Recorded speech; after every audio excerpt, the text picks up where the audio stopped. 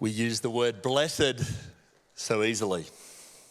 Someone posts a holiday photo, sunlight, sea, smiling faces, and we get the hashtag blessed.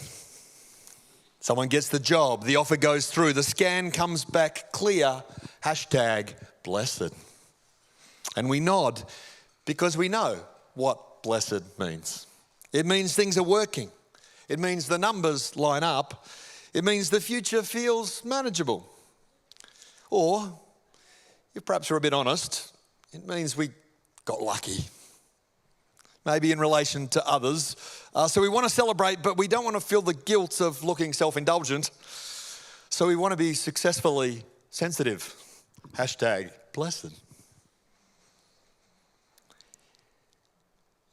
It means the pain stayed away this time. And then we hear Jesus say, "Blessed are the poor in spirit, those who mourn, the meek, the persecuted." And suddenly the hashtag doesn't quite hit in the same way. Because nobody's ever stood at a graveside and whispered, "Congratulations, you're blessed." No one's ever tasted rejection and thought, "Ah, yes, flourishing." So either Jesus is confused about what blessed means, or we are. The word for blessed that is used here is makarios. It's a Greek word. For years, English Bible translators have wrestled with it. And what we've ended up with, it really just doesn't cut it, in my opinion. Happy doesn't work. It's too thin. It's too dependent on mood and circumstance. More on that later. Blessed can sound religious and comfortable, perhaps a bit deeper. As if God hands out good weather and stable salaries, is often how it sits. It's been co-opted often as largely financial within our capitalist economic frame, and often by American theologies of health, wealth, and prosperity. I'm intrigued by theologian David Bentley Hart, who translates it, "how blissful," which feels strange at first, almost disruptive. Blissful, not giddy, not sentimental, something deeper, something anchored, but ethereal, enlightened at the same time. It's got a heavenly aspect, blissful, that works, I think, in Matthew's gospel with his vision of the kingdom of heaven. Another way I've heard it described is honoured. Jesus is giving honour to. Honoured are those. Which is a slightly different take, perhaps. Either way, makarios is less about how you feel, it's more about where you stand. Jesus isn't describing a passing emotion, he's naming a condition of alignment. I wondered about an idea of an Aussie translation this week when I saw our Prime Minister at the Dandenong Ramadan night market for the start of the Islamic festival. Last week it was the start of Lent, Ramadan, and it was Chinese New Year. So I run the Flemington People's Pantry, multi-faith volunteers and lots of different people. So there was lots of parties and feasting and fasting all at the same time. I had some Christians really into it and curious, others praying against it. And so I wrote a bit about it actually. I'm writing a whole lot more this year. We're doing a psalm and the gospel each week, just reflecting from the pantry's experience of how we're reading these things from there. You can sign up. It's called the Pantry Post, I'm calling it, trying to work this stuff out in real time. It's exciting and fun. But anyway, Albo had a "how good is Australia" moment there at the night market soundbite on the TV, which was ironic to me because he's co-opting the blessing language of his political opponent and predecessor, ScoMo, who was infamously, "how good is everything?" Hawaii, or different thing. Anyway, he was claiming it in a place and time as a vision of something in a place when multiculturalism is under question in our country. Makarios is a word for the good life, a life that is standing inside God's reality, whether or not circumstances cooperate or that reality is contested. Because if blessed just means happy, then Jesus is just giving mood advice. The comedian Jimmy Carr says what passes for happiness is mimetic. Mimetic desire is the subconscious, involuntary imitation of other people's desires. As a comedian, he's actually riffing on radical theologian René Girard's idea when he says that happiness is quality of life, in practice for us, happiness is quality of life minus envy. That despite a good life, many people often feel less happy because their desires are constantly compared to others. I see this at pantry every week when someone goes with a free box, 15 kilos, a diverse range of pantry products, but because the person next to them got milk, which is $2 at Woolworths, suddenly they're not happy anymore. If blessed means comfortable, then Jesus has chosen the wrong audience entirely. He looks at the poor in spirit and says, you're blessed, the grieving, the persecuted. Surely it's gaslighting at worst, pastorally insensitive at best. He's either redefining blessing or overturning everything we thought it meant. I like a good movie. So we've got the Matrix slide here, Adam. Let's hit that one. Beautiful. In the Matrix, Neo is offered two pills. One keeps him inside the familiar illusion, predictable, stable, managed.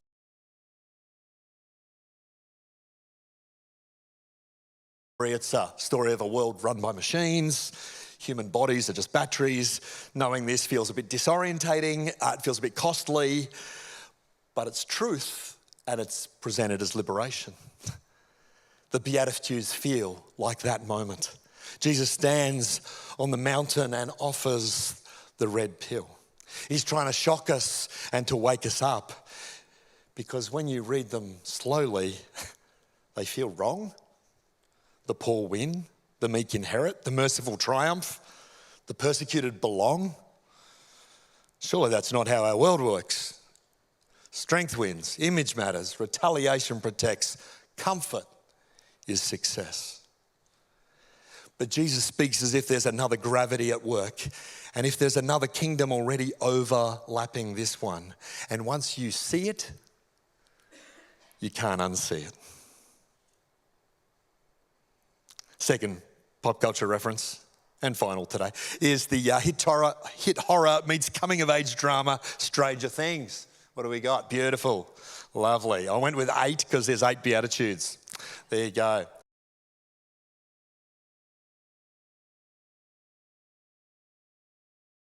And then in this story, there's the upside down. It looks similar and it's connected, same streets, same houses, but in the upside down, the atmosphere is different. The rules are different. The power operating there is different. In the Beatitudes, Jesus is describing an upside down kingdom. It overlaps with this world. You can walk the same streets, work the same job, sit in the same classroom, but inhabit a different reality. Where the poor in spirit are not deficient, they're open. Those who mourn are not weak, they see clearly. The meek are not passive, they refuse to grasp. Those who hunger for justice are not unrealistic, they are aligned with God's ache. Not everyone understands this world. To some people, mercy looks naive. Peacemaking looks impractical. Endurance under persecution looks foolish, because they're still breathing the air of the other kingdom. The Beatitudes are not just inspirational slogans, they're a doorway, an invitation to step across the threshold into God's reordering of reality. And this is the challenge as we enter a series of preaching on the Sermon of the Mount. Adam just did this amazing list. If you're on the 40 Ways, 40 Days Bible study chat group that's working through Matthew's Gospel, we were doing this week. He posted the whole list, and it's quite confronting when you look at that list. Like, seriously, this is following Jesus? It's hard to preach and pastor this stuff. One of the challenges is that people say, well, what should I aspire to this stuff? I could never do that. It feels hard. I feel pressure. I feel judged. Does this require some sort of spiritual machismo, or even worse, masochism? Yeah. This is not what Jesus is saying. Jesus isn't saying, like the gaslighting, what is bad is good. He's not commanding anything in this list that we have here. Let's have the list again, just as you're doing lists, Adam. That's great. The emphasis isn't go and be more hopeless or try to be sadder so you can be happy. The emphasis is Jesus saying, or Matthew saying, he's challenging who do you think it is that's really experiencing the good life? Now, I came from a blessed assurance tradition, which was really concerned about grace, and it wasn't what we do to follow Jesus, yeah? It's all what Jesus has done to us. So often the Sermon on the Mount, we never really took it seriously. It was just there to prove that all the law is unattainable. You can't do it. Jesus did it all for us. And so we didn't really have to deal with your hard list, Adam. And we're going to preach on that for the next few weeks, really. There was a powerful truth in that statement. But probably the greater truth, and what I've found more spiritually powerful in my experience, is to actually grapple with the darkness and powerlessness and poverty and grief and persecution within myself. In this sense, the Beatitudes aren't oppressive, they're a gift, a posture by which we can see and embrace, not as something oppressive, but as a fulfillment of the law, this desire. If you don't get this first bit, you're not gonna, have fun getting through the rest of the list. So I think there's a progression here. The Beatitudes are not random virtues tossed into a list. They're a form of a descent. They could be a spiritual path that can be helpful. First, poor in spirit, the admission that I have nothing to leverage before God. No spiritual resume, no bargaining chip. Just emptiness that can become a space from which hope can grow. For those with addiction recovery experience in 12-step, this is the importance of rock bottom as first step stuff. Then those who mourn, once you stop defending yourself, you can begin to see clearly, to see the fracture lines in yourself and in the world. Grief becomes raw honesty. I became a Baptist pastor to do weddings. I'm probably staying one because of the funerals. And what comes out in people and among people and through people in the reality and power of mourning. Then the meek. It's not the timid or the dorm.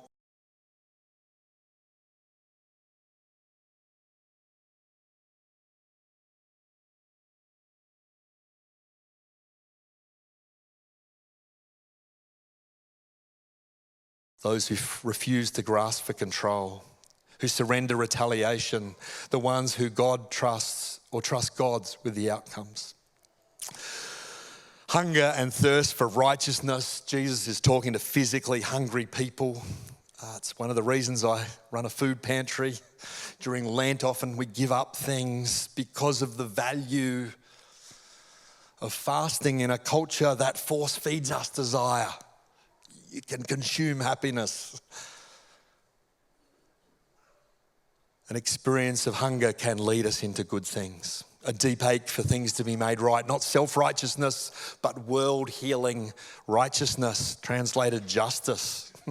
And in this you feel the shift. The first four are about inside of ourselves. Love keeps moving us further outward. The merciful. You begin to extend what it is that you have received. Hunger for justice, the last one, without mercy, is oppressive, whichever side of the fence you're on. Pure in heart. This is where you see God. If you're here for a cheap spiritual experience, notice that this comes way down the list, actually, seeing God. Yeah. I've heard it talked about as honesty or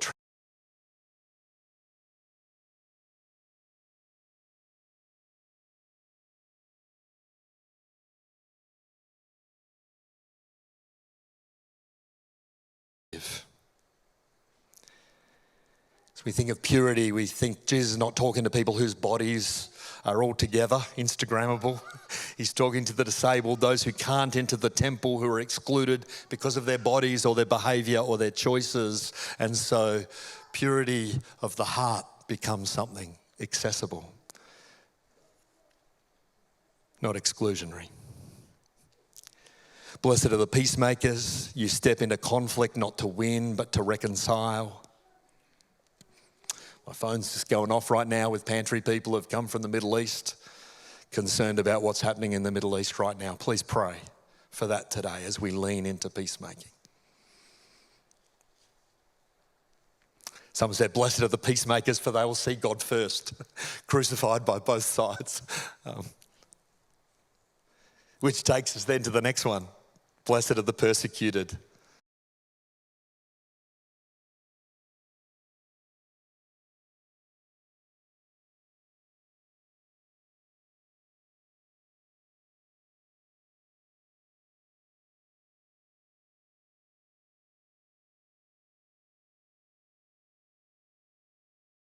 Are amongst the richest and powerful people in the world, it would seem. And so wherever we stand on that, we need to be careful in claiming number 8 if we haven't done the work on 1, 2, 3, and 4. Notice how this passage begins and ends. Theirs is the kingdom of heaven. It's present tense and plural already. This isn't a future reward system. It's a present participation. This is not for individualistic life hacking. Jesus is inviting us to create an alternative community that can hold the beauty of this vision when we can't, and we can't alone. We can't even as a community. It's a community with Jesus. That's the mystery and the paradox and the struggle of all this as we jump in the next few weeks. I wanted to go by High Point and grab one of those gratitude journals that you could get from Typo on the way here. Because even non-religious people who aren't in church this morning know that gratitude is good for you.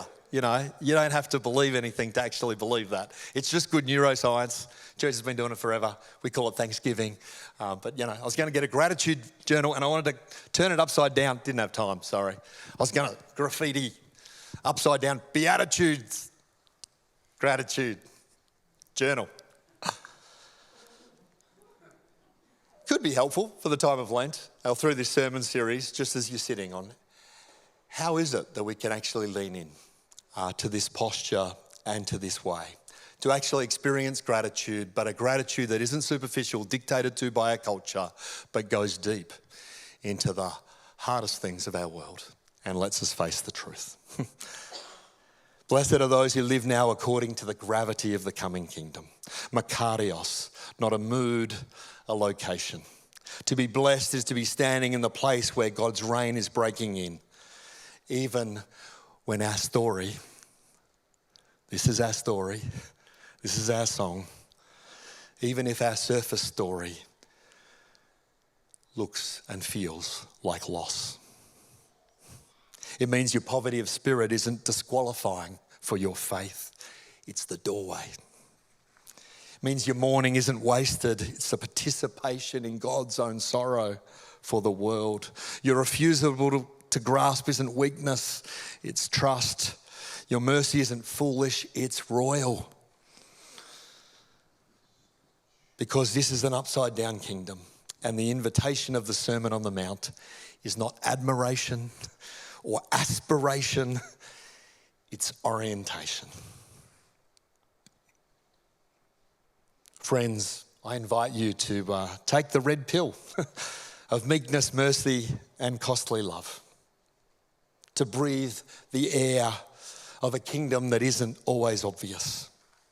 To step into the upside down that is broken in in Jesus. Makarios, happy, blessed, honoured. How good is the quiet joy of the grace-filled invitation to stand with Jesus, where Jesus stands, and see how he sees. It changes everything. Amen.